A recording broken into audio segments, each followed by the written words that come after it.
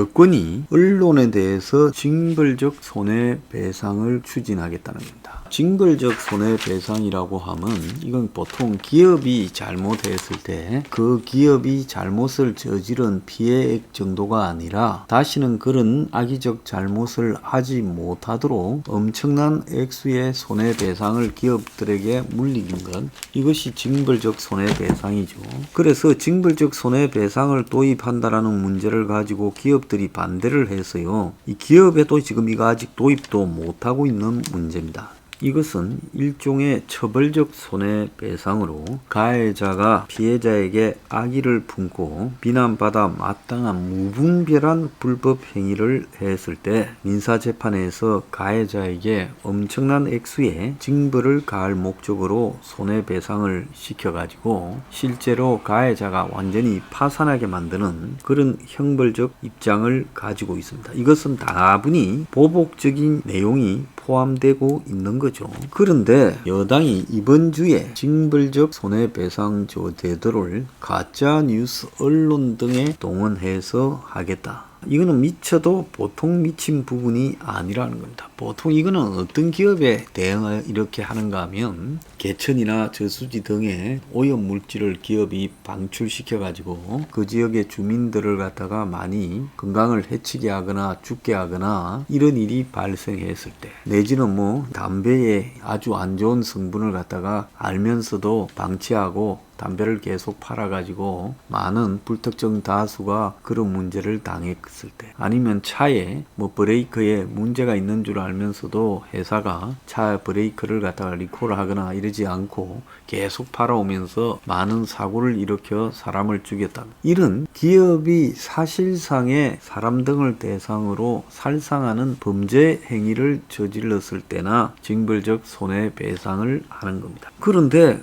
언론에 대해서, 근데 그 언론이 사실상인 언론이 SNS에 대해서라는 겁니다. 말은 6대 언론개혁 입법이다라고 말을 하지만은 핵심은 가짜 뉴스를 뿌리 뽑는다라는 명분하에 SNS에 대해서도 징벌적 손해배상을 도입한다. 그러면 앞으로 여러분들이 카톡 뭐 정권을 비판하는 글을 돌린 것조차도 걸려들 수 있고, 그 다음 남 블로그를 갖다가 인용한 것도 걸려들 수 있고, 인스타그램으로도 걸려들 수 있다는 겁니다. 이 더불어 거수기당의 노웅래 의원은 당 미디어 언론 상생 TF에서 허위 왜곡 정보를 악의적 중과실로 게재할 경우 법원에 징벌적 손해배상을 청구할 수 있도록 하는 법을 가짜 뉴스에 대한 실질적 대응책으로 마련할 거다. 1차적으로 가짜 뉴스가 판치는 유튜브, SNS, 1인 미디어의 횡포를 막자는 거다. 그러니까 언론들 보고 너무 이 부분을 비판하지 마라. 너들이 사실은 목표가 아니다. 목표는 황장수, 뉴핀 같은 정권을 비판하는 이런 유튜버들이 그 대상이다. 이런 이야기죠.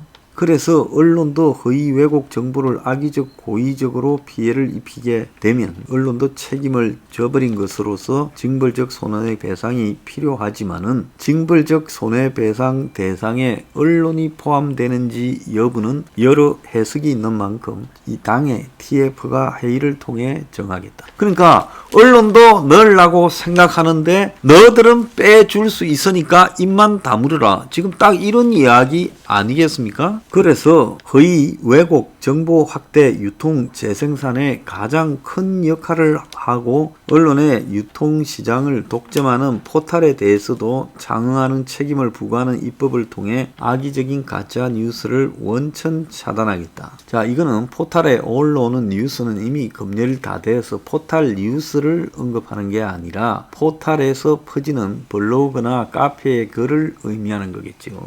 자, 그리고 이 과학정보통신위원회 거수기당 간사인 조성래는 MBC 라디오에 나와서 속을 확실히 드러냈습니다. 이번 개정안은 정보통신망을 이용하는 이용자가 대상이다. 언론사를 제외한 유튜버, 블로그가 해당이다. 그리고 징벌적 손해배상과 관련해서는 기존 언론은 신문이나 언론중재법에 별도 법이 있어 그 법으로 하면 된다. 징벌적 손배 제도는 형법이나 민법상의 손해배상을 포함하는 내용의 법안을 제출한 게 있다라고 이야기를 하며 정보통신망법에 포함되어 있는 이용자들의 가짜뉴스 유포 행위에 대해 논의에 처리할 거다. 언론 부분은 별도로 하고 있다고. 사실상 언론이 이번 조치의 대상이 아님을 이야기를 했습니다. 자, 김종민 최고위원은 김어준 방송에 나와서 김어준이가 가짜뉴스 제일 많이 전파하는 데 아닙니까? 거기 나와서 징벌적 손해배상은 크게 이전에 언론중재법으로 발의되어 있는데 그래서 그때 이제 빠진 부분을 보완해서 입법한 게 정보통신망법 개정안이다. 이게 언론 탄압이라고 하는데 대해 동의하지 못하겠다. 생수 가게에서 각자 판매가 아닌 전국에 연결된 상수관에 물을 빚는 시스템으로 바뀌었다. 그 물이 정말 깨끗한 물인지 검증하는 제도나 시스템이 개선돼야 되지 않겠느냐. 누가 물을 혼탁하게 하거나 오염된 물을 집어넣어도 개선이나 발견이 안 된다. 그래서 정부가 피해를 입으니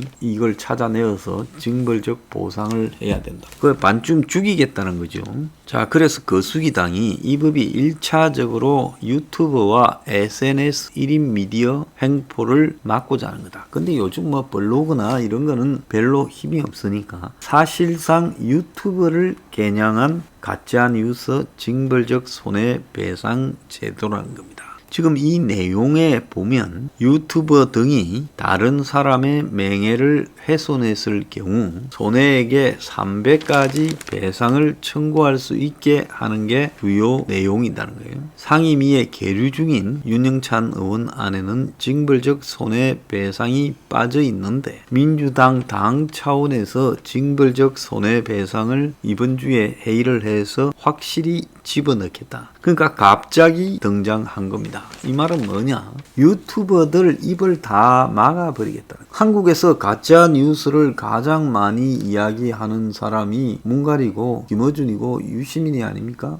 그런데 이제 입을 막아가지고 너 걸리면 완전 패가 망신할 수 있으니 돈이 아까우면 거지 되기 싫으면 비판하지 마라. 이렇게 하겠다는 거예요. 자, 징벌적 손해배상 외에도 자신들이 불편한 부분을 가짜 뉴스로 해서 그랬을 경우에 언론이 얼마나 자기들에게 사과해야 된다는 내용을 아주 알뜰하게 적어놨습니다. 그래서 민주당이 언론 개혁을 빙자해서 언론을 다 죽여버리겠다. 특히 인터넷상의 보도 지침으로 언론을 겁주고 있는데 이런 것들이 통하는 시대가 정말 희한하다. 대경문들 지금 이야기하는 거 보세요. 개념 없는 유튜버들에게 이 법이 필요하다. 이렇게 말을 하고 전 변협회장 8명, 법대 교수 2,000명이 거짓말 김명수 사퇴하라고 입장을 이야기를 하고 있습니다. 자, 김명수 문제의 본질은요. 우리가 이렇게 생각해야 됩니다. 민주주의가 다수결로 이렇게 모든 것을 결정한다. 이렇게 우리가 생각을 하는데 그러면 다수결로 모든 것을 결정하는 그것이 전부인가? 아닙니다. 다수라 하더라도 소수를 무시하고 일방적으로 그냥 수적 횡포를 저지르는 것은 민주주의가 아니라는 거예요. 그래서 다수결로 결정하지만은 그 다수가 틀릴 때도 있기 때문에 그 다수가 틀렸을 때 그것을 제어하는 기능을 누가 하느냐? 대법원이나 헌법재판소나 판사들이 합니다. 행정부도 하고요. 그래서 상권 분립을 갖다가 만들어 놓은 거는 국회라는 데서 무조건 다수로 하는 부분이 틀릴 수가 있다. 그래서 대통령이 법안에 대한 거부권을 행사할 수도 있고 이 헌법재판소가 국회에서 통과시킨 법을 위헌 판결을 할 수도 있고 또 대법원이 이런 부분과 관련해서 법적인 여러 가지 문제 제기를 할 수도 있는 겁니다. 그래서 상권 분립은 견제와 균형에서 이 나쁜 사람이 국민이 항상 옳은 게 아니라 국민이 우중일 때가 많아요. 대체로 그러합니다. 우중이라는 건 어리석은 다수죠. 어리석은 다수에게 말로 돈으로 그들을 현혹시켜서 다수당이 되었을 때 뭐든지 마음대로 하는 게 아니라 그걸 견제하는 소수 세력과 합의를 통해서 조정을 통해서 일정한 범위를 넘어서지 않는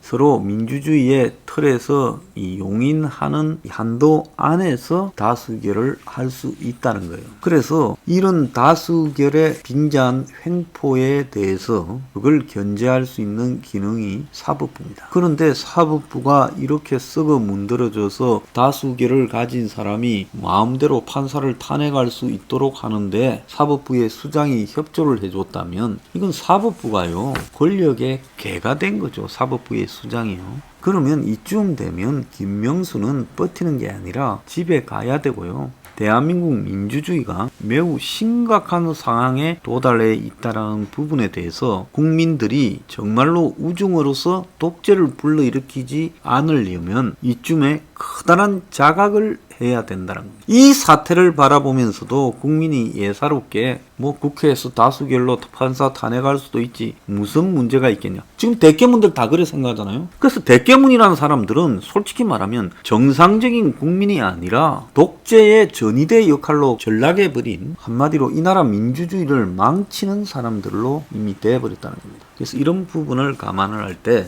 김명수 개인 사태가 중요한 게 아니라 다수결로 무엇이든 마음대로 할 수 있는 것을 견제하는 것이 민주주의다라는 부분이 이번에 사법부의 수장에 의해서 무시되었더라. 이것이 정말 우려스러운 겁니다.